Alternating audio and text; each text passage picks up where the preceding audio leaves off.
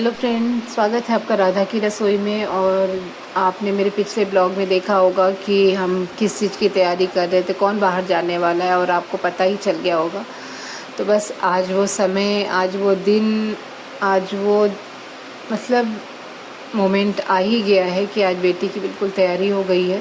और ये सारे लगेज सब लोग उठा के नीचे ले आ रहे थे और वो बैठ के बिल्कुल शांत बैठी थी। हमने खाना वाना उसको खिला दिया था कि जल्दी से खा लो। उसके बाद मंदिर में गए, हम बाबा के दर्शन किए और उसको बोला कि बच्चे आप आशीर्वाद लो, अच्छे काम के लिए जा रहे हो, आप सफल हो। और फिर हम लोगों ने उसको टीका लगाया, दही खिलाया, मुँह मीठा किया कि जिस सफ़र के लिए तुम जा रही हो उसमें हम कामयाब हो। और हर एक माँ बाप का यही सपना होता है कि उनका बच्चा हमेशा उनसे आगे चले, कामयाब रहे जीवन में। और वो पैर छूती है। बहुत रोना आ रहा था फ्रेंड्स, लेकिन नहीं रो सकते थे। अगर रो देते तो वो भी और रोने लगती। बेटी को भी हमने टीका लगाया था और बड़ी बेटी मेरी वीडियो शूट कर रही थी। तो ये समय इमोशनल था दोस्तों, इसका बिल्कुल नहीं बोल सकते कि क्या हो रहा था। वो खड़ी होकर रो रही थी और हम इग्नोर कर रहे थे कि नहीं रोना, नहीं रोना है। अगर हम रो दिए तो और वीक हो जाएगी, क्योंकि आज तक इतने छोटे से बड़े तक वो कभी मेरे से अलग नहीं हुई, कभी नहीं अलग हुई। वो हमेशा मेरे साथ रहती, सोती, लड़ना झगड़ना, मतलब एक फ्रेंड्स की तरह हम लोग हमेशा एक दूसरे के साथ कहना सुनना।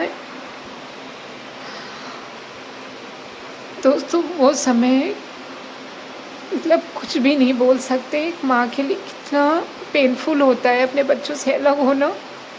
और वो घर के एक एक कोने को देखती है और भगवान के सामने फिर आशीर्वाद लेके हम लोग निकलते हैं उसके नए सफ़र के लिए। उसको हक किया कि नहीं बच्चे मत रो, ठीक हो जाओगी, बस 1 साल की तो बात है। दोस्तों आज हम आप लोग के सामने अगर वो बोल रहे हैं तो मुझे खुद इतना रोना आ रहा है। हर एक कोना जैसे लगता है कि घर का खाली हो गया है और बिल्कुल अच्छा नहीं लगता उसके बगैर। और हम लोग फिर निकल जाते हैं उसके लिए। मतलब 4 बाग से हम लोग नहीं जाते क्योंकि ट्रैफिक थी और टाइम ओवर हो रहा था। 9:30 बज गए तो 10 बजे की ट्रेन थी।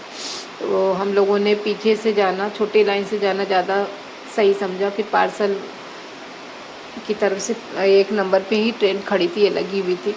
तो हम लोग को बस स्टेयर्स नहीं उतरने पड़े, तो फटाक से हम लोग पार्सल जिधर उतरते हैं उधर से हम लोगों ने अंदर को पास लिया और फटाफट सामान अटैच ही रखते हैं, क्योंकि बहुत भीड़ थी।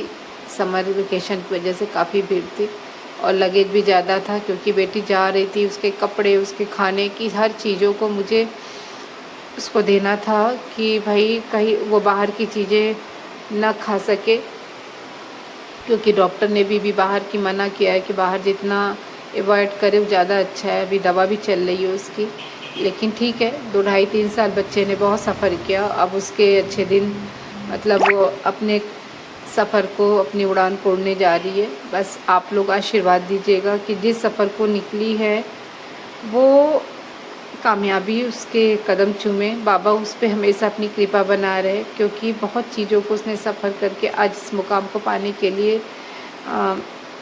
अपने आप को काबिल बनाया है। तो बस मेरी हमेशा आशीर्वाद है कि मेरे बच्चे हमेशा कामयाबी को चूमे, कामयाब हों और जो वो चाहे हैं वो हासिल कर ले।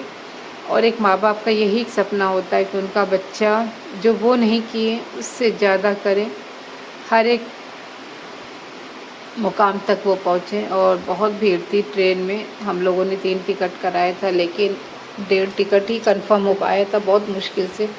और बहुत दिक्कत हो रही थी, लेकिन मजबूरी था, कुछ कर नहीं सकते हैं। और बेटी मेरी बड़ी वाली वो उसको इग्नोर कर रही थी, हंसा रही थी कि भाई थोड़ी सी ठीक है, जो है उसको तो फेस करना है। कब तक हम अपनी चीज़ों के लिए हम उसकी उड़ान को रोक सकते? कभी ना कभी तो उसको बाहर जाना था। और ये अवनीश बच्चा मेरा बहुत इसने हेल्प किया है।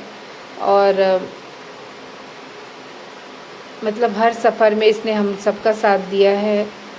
तो बेटा जा रहा था मेरा छोड़ने, हस्बैंड भी हंस रहे थे कि ठीक है रोना नहीं, अब थोड़ी मजबूत बनो, बाहर जा रही हो। मुझे भी रोना आ रहा था लेकिन ठीक है, अगर हम रोते तो वो और वीक हो जाती। अब क्या कर सकते हैं, जो है तो उसको फेस करना ही था और कभी ना कभी तो उससे निकलना था। अगर जॉब भी जाती तो भी कहीं ना कहीं सेटल होती। तो ठीक है, अब क्या कर सकते हो, लड़कियों की तो शायद किस्मत ही होती है, लड़कियों की क्या। अगर बेटा भी जाता है तो मजबूरी है माँ बाप के लिए कि उन्हें अपनी, कब तक उन्हें अपने आंचल में छुपा के रख सकते हैं। तो बस दोस्तों ऐसे ही था वो मोमेंट हमारे लिए। बस रोना आ रहा था लेकिन आंखों से आंसू को रोके हुए था। और बेटी ने, क्योंकि थोड़ी वो मुझसे बहुत ज़्यादा टच में रहे और बेटियां वैसे भी माँ से कुछ ज़्यादा ही टच में रहती हैं, तो बस यही चीज़ें बाहर कैसे सेटल हो जाए होगी, मतलब कैसे रह पाएगी लोगों से। लेकिन ठीक है, अगर वो बाहर निकलेगी नहीं तो दुनियादारी सीखेगी कैसे। तो बस आप लोग भी उसको ब्लेसिंग दीजिएगा, आशीर्वाद दीजिएगा कि वो जिस मंजिल पे चली है वो पूरा कर ले, पा ले, कामयाबी उसके कदम चूमे। और हर एक माँ बाप का यही सपना होता है कि उसके बच्चे जिस फील्ड में जा रहे हों वो सफल हो। और हम लोग भी यही चाहते हैं कि मेरी बच्ची जिस फील्ड में जा रही है सक्सेस हो। और मुझे लोगों की परवाह नहीं कि लोग क्या कहेंगे क्या नहीं कहेंगे। तो बस आप अपना प्यार और सपोर्ट देते रहिएगा, क्योंकि इस समय हम लोगों के सपोर्ट की मेरी बेटी को बहुत ज़रूरत है, आपके प्यार की बहुत ज़रूरत है।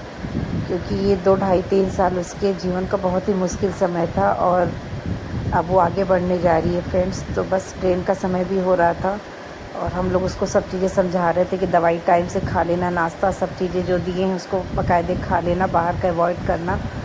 दोस्तों अभी तक आपने मेरे पेज को लाइक नहीं किया, सब्सक्राइब नहीं किया है तो प्लीज़ लाइक शेयर सब्सक्राइब ज़रूर करिएगा और बेल आइकन को दबाना बिल्कुल मत भूलिएगा। और हम लोग 2-1 सेल्फी लेते हैं बाहर निकल के।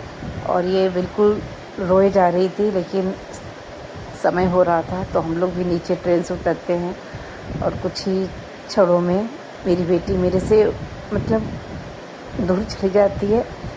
लेकिन ठीक है, बेस्ट ऑफ लक मेरा बच्चा, खुश रहो।